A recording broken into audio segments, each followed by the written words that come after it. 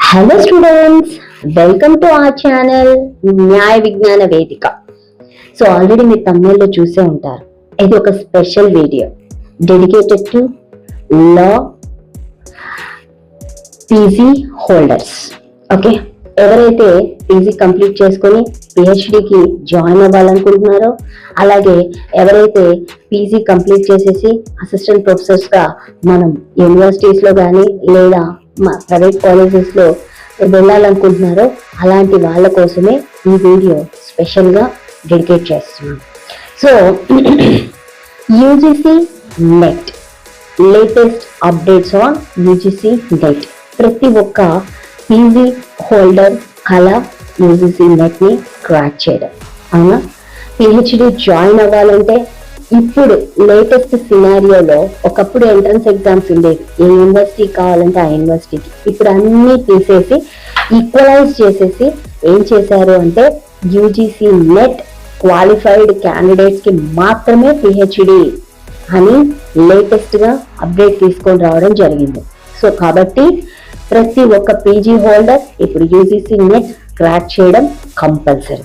కాబట్టి దీని గురించిన కంప్లీట్ డీటెయిల్స్ ఇంకా మనకి 2025 రీసెంట్ సైకిల్ అయితే రాలేదు, దాని నోటిఫికేషన్ అయితే ఇంకా రాలేదు.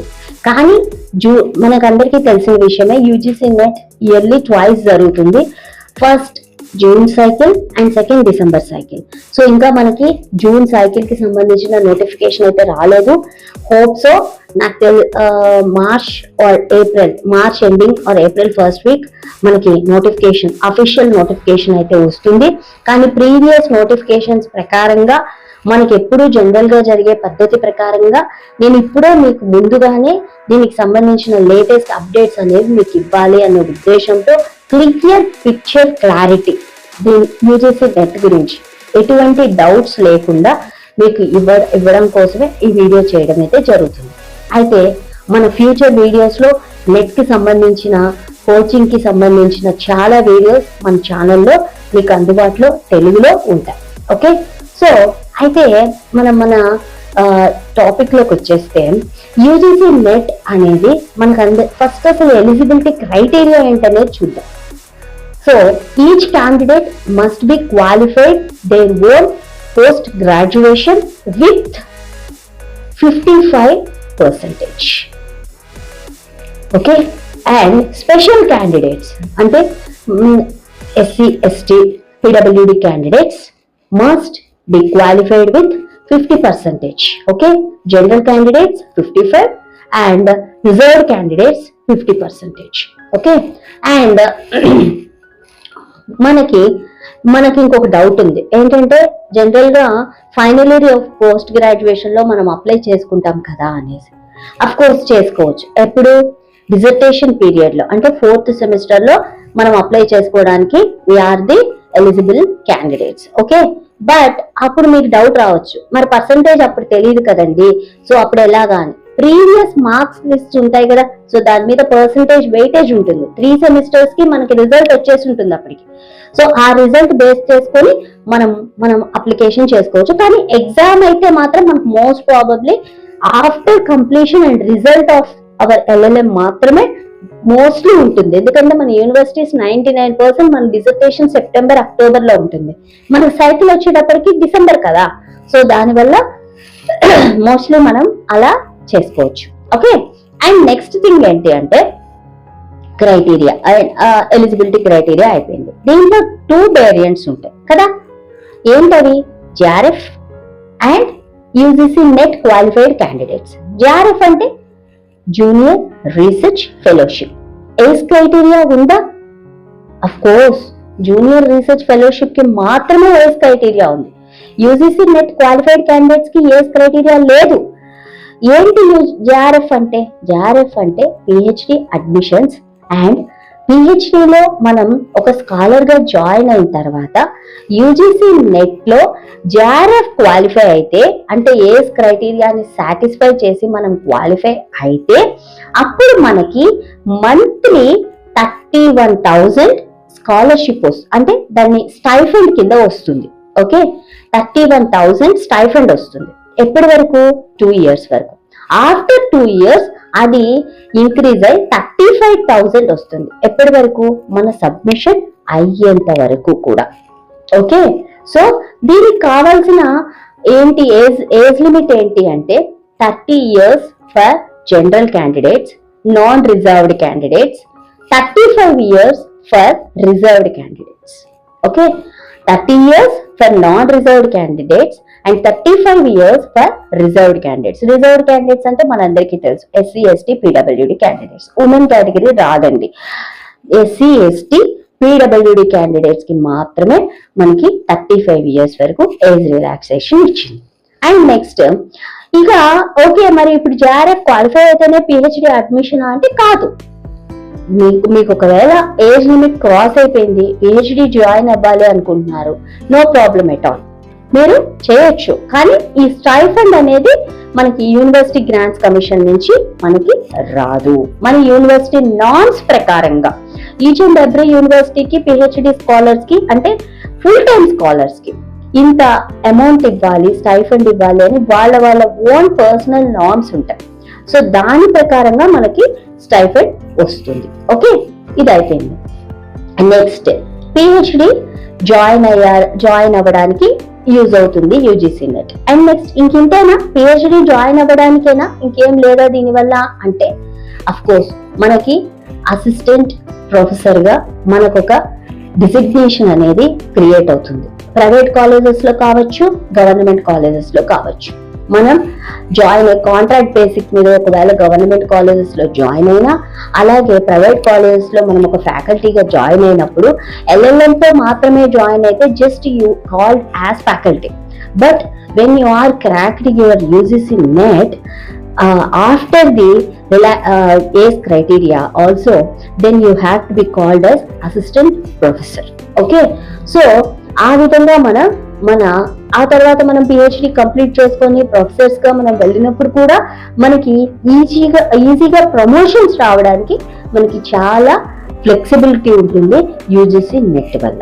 ఇది మనకుండే యూజీసీ నెట్ లో ఉండే main criteria. So assistant professors అవ్వడానికి అయితే మనకి ఎటువంటి ఏజ్ క్రైటీరియా లేదండి. జేఆర్ఎఫ్ కి మాత్రమే జనరల్ పర్సన్స్ కి 30 అండ్ రిజర్వ్డ్ పర్సన్స్ కి 35 years మనకి ఏజ్ లిమిట్ అయితే సాటిస్ఫై చేయాల్సి ఉంటుంది. ఓకే, సో ఇది అయిపోయింది. What is the fee structure of examination? General persons 1,150 rupees.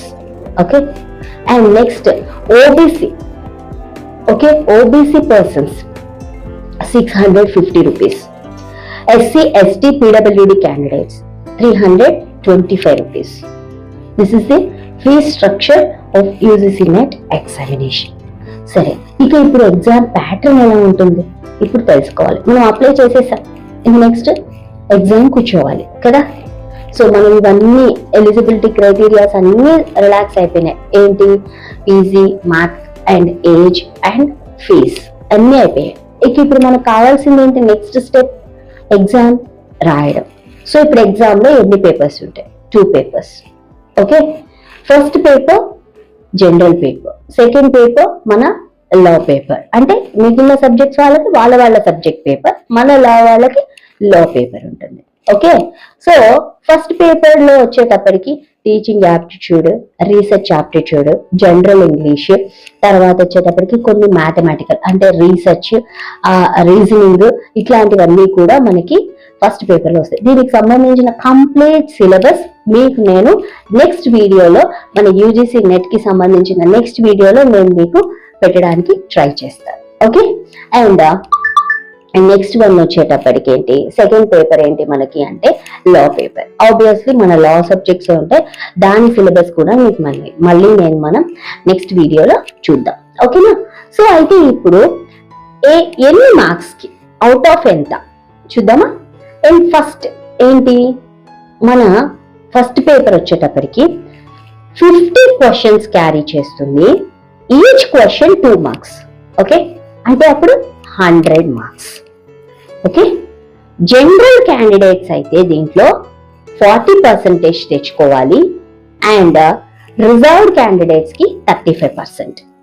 Okay, and next one second paper వచ్చేటప్పటికి 100 questions క్యారీ చేస్తుంది. Each question 2 marks. Total marking 200 marks.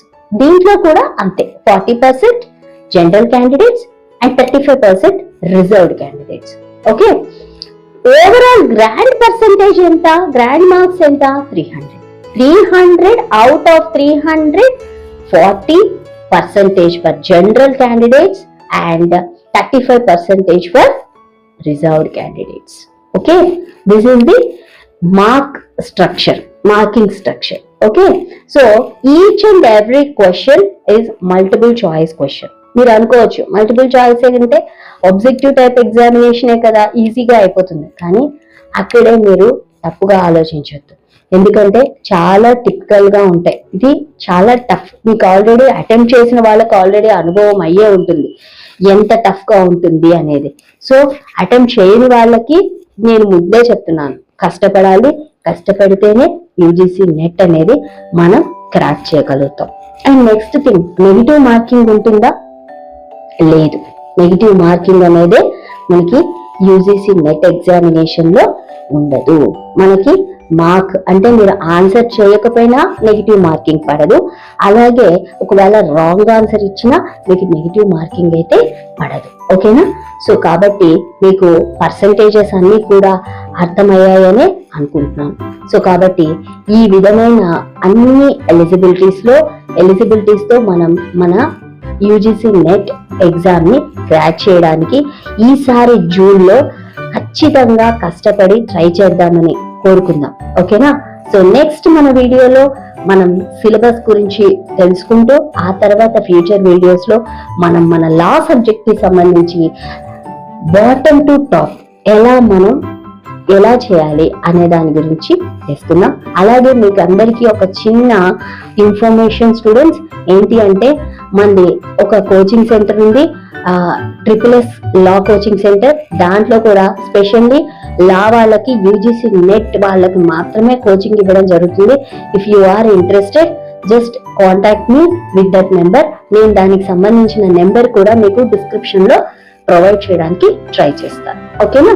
Are నా mail ఐడికైనా mail చేయండి, are నా ఇన్స్టాకైనా చేయండి, లేదు మీకు ఇంట్రెస్ట్ ఉంటే కామెంట్ బాక్స్ లో అయినా కామెంట్ చేయండి. ఓకే, సో ఈ వీడియో మీకు నచ్చినట్లయితే లైక్ చేయండి, షేర్ చేయండి అండ్ మన ఛానల్ ని సబ్స్క్రైబ్ చేసుకోవడం మాత్రం మర్చిపోవద్దు. స్టే ట్యూన్ టు న్యాయ విజ్ఞాన వేదిక. Signing off, Lakshmi Kavya Gokaraju.